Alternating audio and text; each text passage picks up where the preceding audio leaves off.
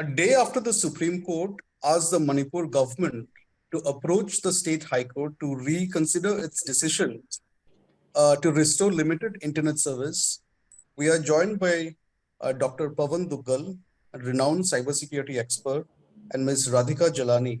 She's the legal counsel at Software Freedom Law Center to discuss the issue of internet freedom and government using internet clampdown as a tool to maintain a law and order situations. So to begin with, Dr. Duggal, if I could ask you, this narrative has been often repeated by the government that we need to clamp down on internet to maintain law and order. But in 2022, a parliamentary standing committee, which was headed by Dr. Shashi Tharoor, they came out with a finding which said that this stand of the government could not be justified enough. So, how do you respond to this? See, from a legal standpoint, every sovereign government requires, as part of its sovereign rights, to go ahead and do all acts that are necessary for the preservation of public law and order. Now, for that particular purpose, intrinsic in the said sovereign rights includes the right to clamp down on the internet, because internet acts like a catalyst on steroids, and it actually goes ahead and disseminates far more quickly for fake information and false news, which ultimately could have a detrimental impact upon the protection of civil liberties, apart from public order and stuff like that. But having said that, while that power is an integral part of the sovereign bouquet of powers, the reality that we have to ask ourselves is whether such kind of a clampdowns are at all effective or not. Now, when I look at the studies globally and I look at in India, I find that countries will now have to come up with more innovative approaches on how to deal with the public law and order rather than just clamping down on the internet. Today, internet has ceased to be just on the fringes. Access to the internet is now today part of your basic human rights. You cannot live a dignified human life without having access to the internet. So if you're going to clamp down on the internet, there must be very strong reasons. Of course, that has to fulfill the test of constitutionality, and that it does not really go ahead and violate the principles of the Constitution. But we have to be mindful of the fact that the Information Technology Act 2000, being India's mother legislation on the electronic format, has given the power to not just intercept under Section 69 of the IT Act, but even to block all kinds of information under Section 69A of the Information Technology Act 2000. And when I read that in conjunction with the blocking rules, the government has sought to put in appropriate checks and balances to really demonstrate that there has to be a cogent case before internet can be clamped down. There's a particular process. You have to go through a committee. It has to be a decision in writing. And then only the governments can be appropriately allowed to do the clampdown. Yeah, I'll just come to the committee part. The overall, the overarching laws that have been laid out in the 2017 rules. Radhika, just to get you in on this point, the Parliamentary Standing Committee, it has noticed that instead of instead of the clampdown acting as a deterrent, is that more actually it's causing inconvenience to the common people in terms of their livelihood, in terms of economy, so on and so forth. So how do you see this double-edged sword? Right. So that, I mean, we have to sort of examine the reasons why internet is shut down, right? As an organization, we've been looking into this since 2012. When we started in 2012, there were 3 shutdowns. And in 2023 till now, there have been 49 orders of shutdowns. And there's a 70-day ongoing shutdown in Manipur that's happening at the moment, right? On and off shutdown, right? So we really have to see what are the reasons behind these shutdowns. If when we go through the research that we have done, we figure out that most of these shutdowns are ordered because of communal tensions, right? But communal tension, protests to maintain communal harmony, but there's also a significant portion of these shutdowns that's imposed to prevent cheating in examinations, right? And the reasons that are mentioned under Section 5(2) of the Indian Telegraph Act, where where the place where the telecom suspension rules, the 2017 rules, actually get their power from. The most widely used reasons is public safety and public emergency, right? Mhm. So a shutdown has to sort of in order to shut down internet has to fall under the public safety and public emergency reason, along with like sovereignty, integrity, but those are very rarely used. When we say that, I mean, the thing is that how do you justify, shutting down internet, to prevent cheating in exams under the public safety and public emergency? As we speak, the SFLC had filed a petition in the Supreme Court challenging internet shutdowns imposed to control cheating in exams. The matter is actually listed for today. Um, in front of the Chief Justice's bench. But I mean, it's really a wonder about the different reasons why we're shutting down internet. I mean, I always say this, that if we actually look at the impact that shutdowns cause, maybe we would start looking for alternatives. The basic narrative that goes on is that if you sort of impose an internet shutdown, there will not be misinformation.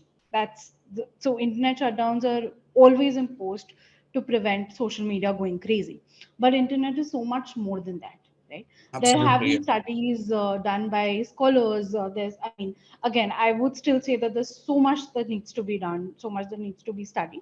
But if you look at Jan Rizak's study on misinformation and buns in India, it actually Mhm. says that there is no proven record that an internet shutdown will control misinformation.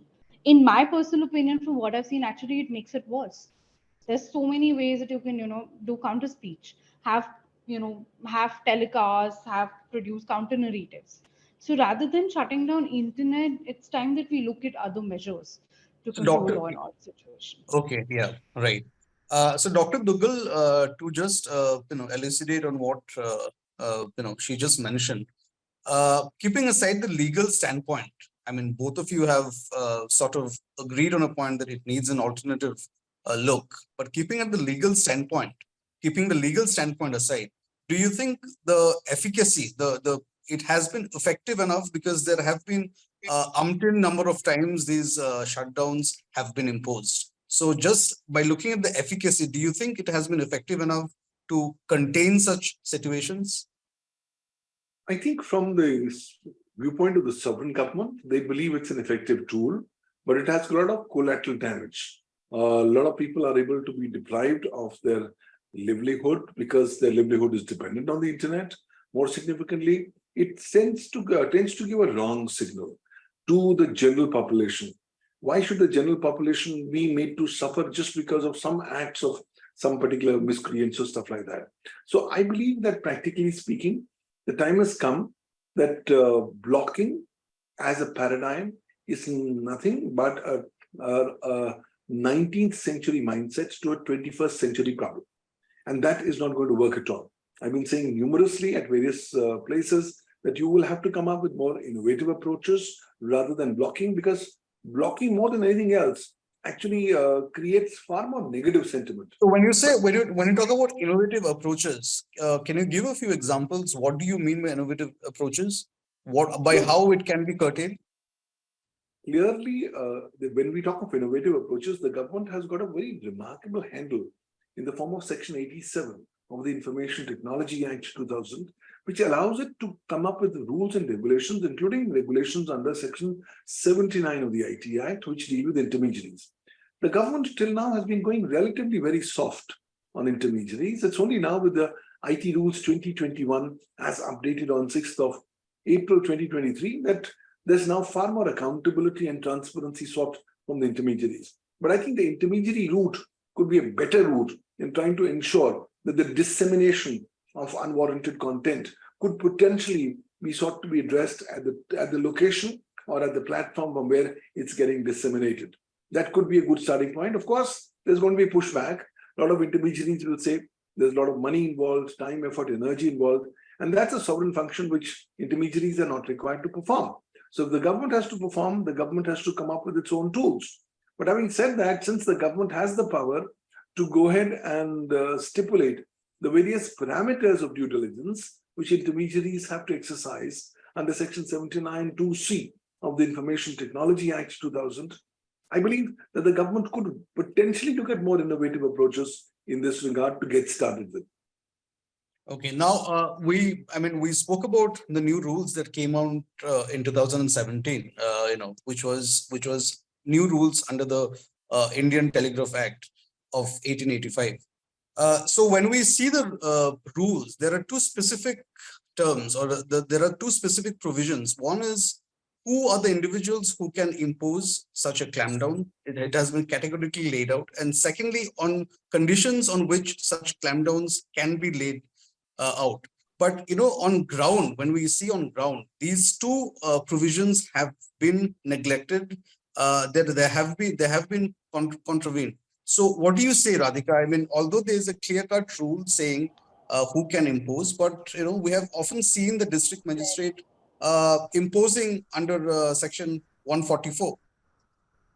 I think this has reduced a lot after the Anuradha Bhasin judgment in January 2020. 20, right? Yeah. Yeah, we've seen it, and it's a rule of law that if there is a particular legislation in place, you should not be using a general legislation. So if there is a 2017 rules, then you should not be using Section 144.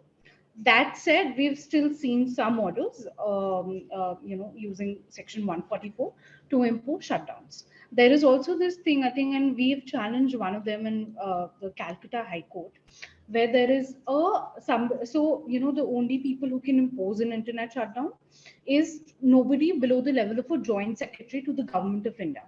But we Yeah, have there are seen, two conditions. One is the Home yeah, Secretary in the government of India, and at the state level, the same official, right? and it has to be sort of ratified if it's so. By a Again, committee, right? Yeah. we also have to understand that internet shutdowns are they're done very quickly, right? So Hmm. it has to be ratified, but in most cases, for example, there is an order that's come from state of Rajasthan which gives Hmm. blanket powers to district magistrate or might also be divisional commissioners to impose internet shutdowns, and they've been going on for years, right? We really need to understand that shutdowns is a serious thing. Like for people like you and me, if the internet gets cut down today, we can probably survive. But what about the gig economy workers? What about people driving Olas and Ubers? It's their livelihood on an everyday basis, right? So these Hmm. orders have to be very carefully thought out, right? And it's So, not like it's there yeah. in metro cities anymore. It's Ola, Uber, urban company, all of these things are across the country in tier 2 cities, tier 3 cities. I was just coming to the economic aspect, Radhika. Looking at the shutdown in Kashmir, especially, after the abrogation of Article 370, it has been very, very extended, and over the time, they have relaxed it a little by giving 2G services, Right. but one of the biggest impacts that the shutdown has made is over the rural economy, you know, and people have suffered. There's an estimate which says that close to rupees 10,000 crores have been been lost. So when we look at this economic turmoil, how do we address this turmoil? Because this is, as Mr. Duggal rightly pointed out, this is a collateral damage. But how do we address this collateral damage? Because there is a far more bigger things at play. Right. I think whatever numbers that come from the economic aspect cannot be accurate numbers because a lot of our economy is informal, right? You see so many, street vendors on the streets using UPI, using Paytm services. You can't perhaps calculate Right. all of that. So in that So aspect, it's much more than that, right? What you're saying. it's far more than that. The closest, I think, is a report done by this organization called Top 10 VPN, which uses SFLC's data to sort of Mhm. calculate the shutdowns, right? It does a year by year. And India has topped the list multiple times. So, again, we have to really think about shutdowns. We really need to. I mean, it seems like a knee jerk reaction, the lowest hanging fruit to control law and order situations. We really need to sit down, think about the shutdowns, and not impose them for frivolous reasons. I also don't think that social media banning is a feasible way to, get through shutdowns, because so much of our online businesses are WhatsApp businesses, Instagram businesses. There's a Swiggy minis these days, right? So many of new Mhm. businesses, Facebook Marketplace, so many of these keep cropping up. They're also businesses. They also have a right to livelihood. They also have a right to make money, right? They also have there's so much that women get impacted through shutdowns. I really believe that women's political participation gets decreased through a shutdown. We've seen evidence of that. No woman or nobody belonging to the marginalized community will go out for a protest if their internet is not working. We rely so much on live locations. We rely so much on these things, right? And we have a right to protest. We have a right to dissent. So Right. all of these things really need to be looked at, and shutdowns have to be imposed very carefully, if at all. So, Dr. Duggal, if we were to look at this, this seminal judgment of 2020, the Anuradha Basin judgment, the judgment has actually laid down two very important conditions. One is the access to information, which is a fundamental right, and second is the freedom to conduct your own trade profession, which is also a fundamental right. So, how do I mean? Isn't it a negation of both these Supreme Court observations? Well, see, from a government standpoint, the government always believes that your fundamental rights, including certain rights like freedom of speech and expression, are not absolute rights and are subject to certain reasonable restrictions under Article 19(2) of the Constitution.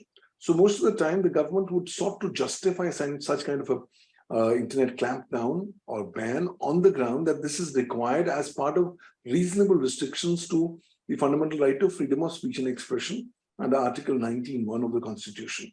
Now, clearly, we find cases where sometimes the exercise of power is in a gray zone, and that would obviously be qualified to be challenged in a court of law. But this kind of an uneasy relationship is going to always keep on existing.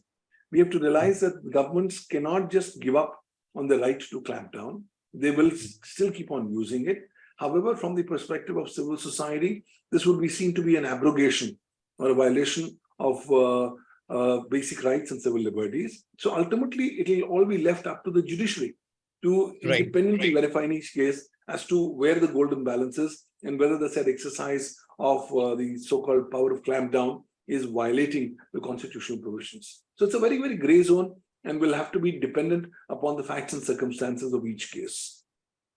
So, what is your response, Radhika, to this? Right. I think Anuradha Bhasin judgment was a great example of, sort of balancing of rights, right? I really think that the complete implementation still has not happened. For example, publication of orders. So if you're restricting somebody's fundamental right, you at least deserve to let them know. We still don't see a lot of orders coming out. A lot of orders that we ask for under RDI applications is denied using Section 8, that we cannot give you the orders. We don't get review committee meetings. We don't even know if review committees are sitting for all of Yeah, these because things. they are actually supposed to meet within a stipulated Five time frame, days, within 5 days, within right? 5 working days. And we don't see this happening. We don't see the feedback. I mean, I can't say if it's not happening because we never get the minutes, right? Or we don't get that information. The way to get this information is either it's published on a government website or, it's given to us if we file an RTI application. And we file an RTI application for every single shutdown that happens. I mean, I would say that out of 20 applications that we filed, we get reply to one, right? And so, I mean, these orders, according to the judgment, are supposed to be in the public domain. Why are you not putting out orders, right? Even Right. after the Supreme Court judgment. So, so what is the way ahead?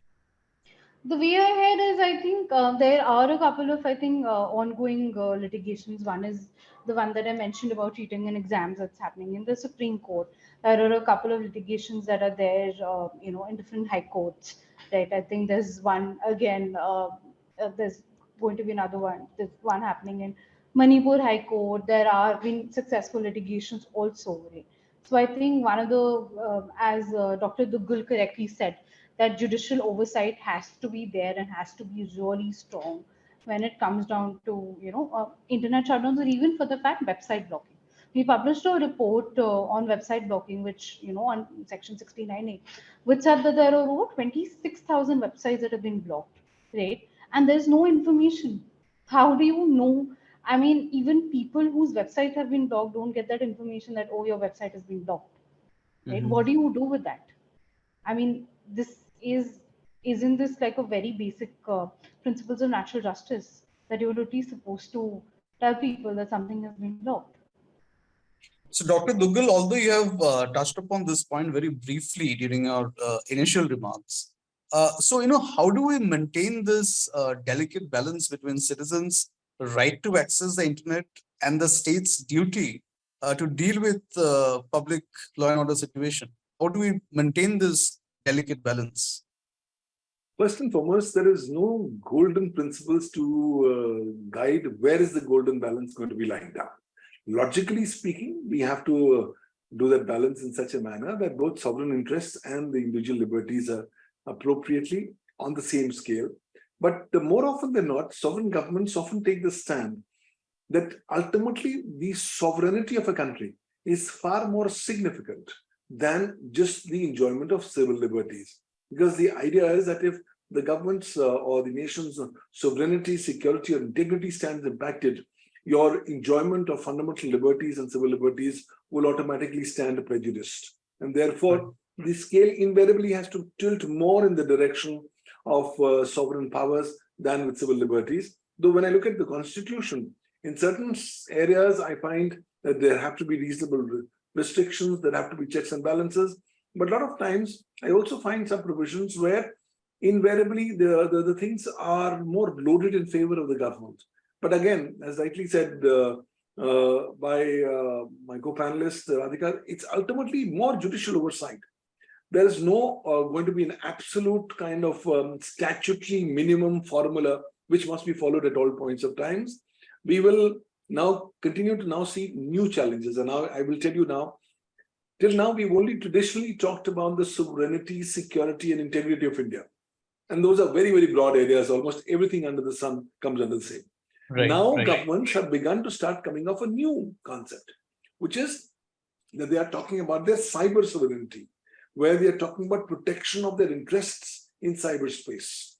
So I would now see more and more countries and governments relying upon the direction that such kind of a clampdowns may be necessary for protection and preservation of cyber sovereignty of the relevant governments. Let's look at the Chinese cybersecurity laws, where extensive powers have been given to the relevant authorities in China to do acts for protecting and preserving the cyber sovereignty. So this is a new kind of, shall I say, chip on the block that's going to come up, a new kind of an argument that's going to be increasingly starting being used by governments so as to justify clampdowns. But again, it'll have to be the judiciary that'll have to come up with appropriate defining the limits within which the sovereign powers for clampdowns can be so exercised.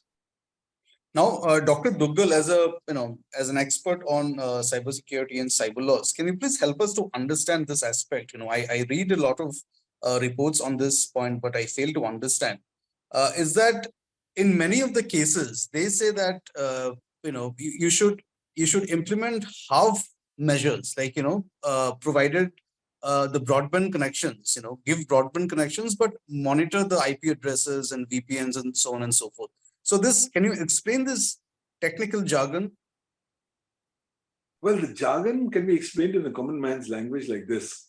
Ultimately, all kinds of illegal or criminal activities are going to be done using computers, computer systems, and networks. If you're doing just simple, normal phone calls, that's not a problem because the government has the power of interception. But the moment you start using these virtual private networks, these are mechanisms, these are algorithms and programs which allow you to hide your physical location.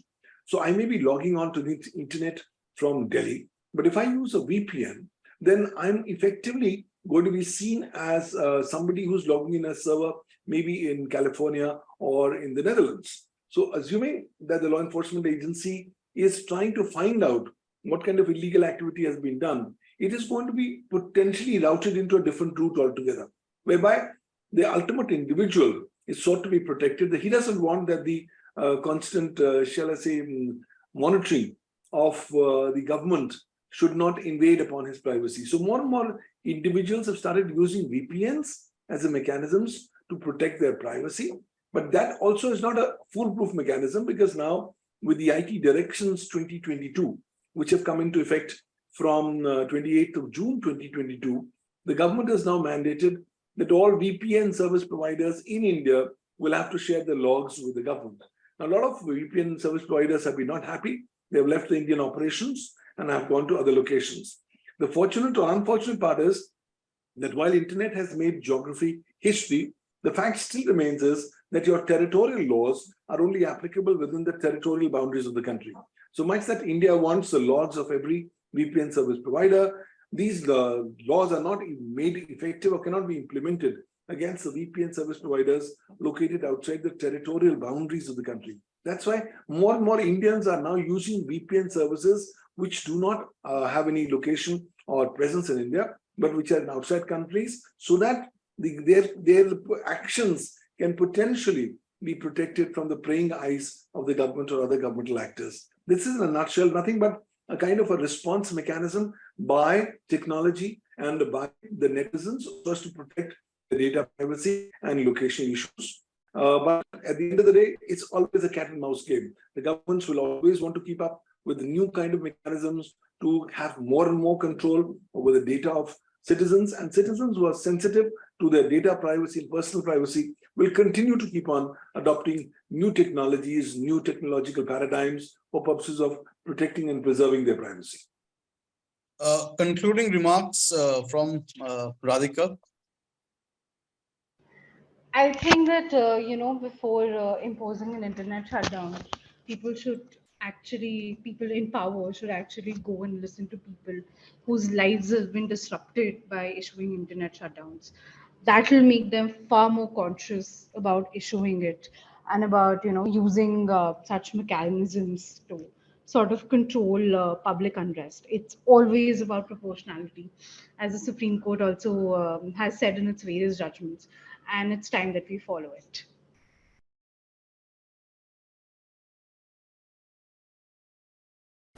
Subscribe to the Federal's YouTube page for more news and updates.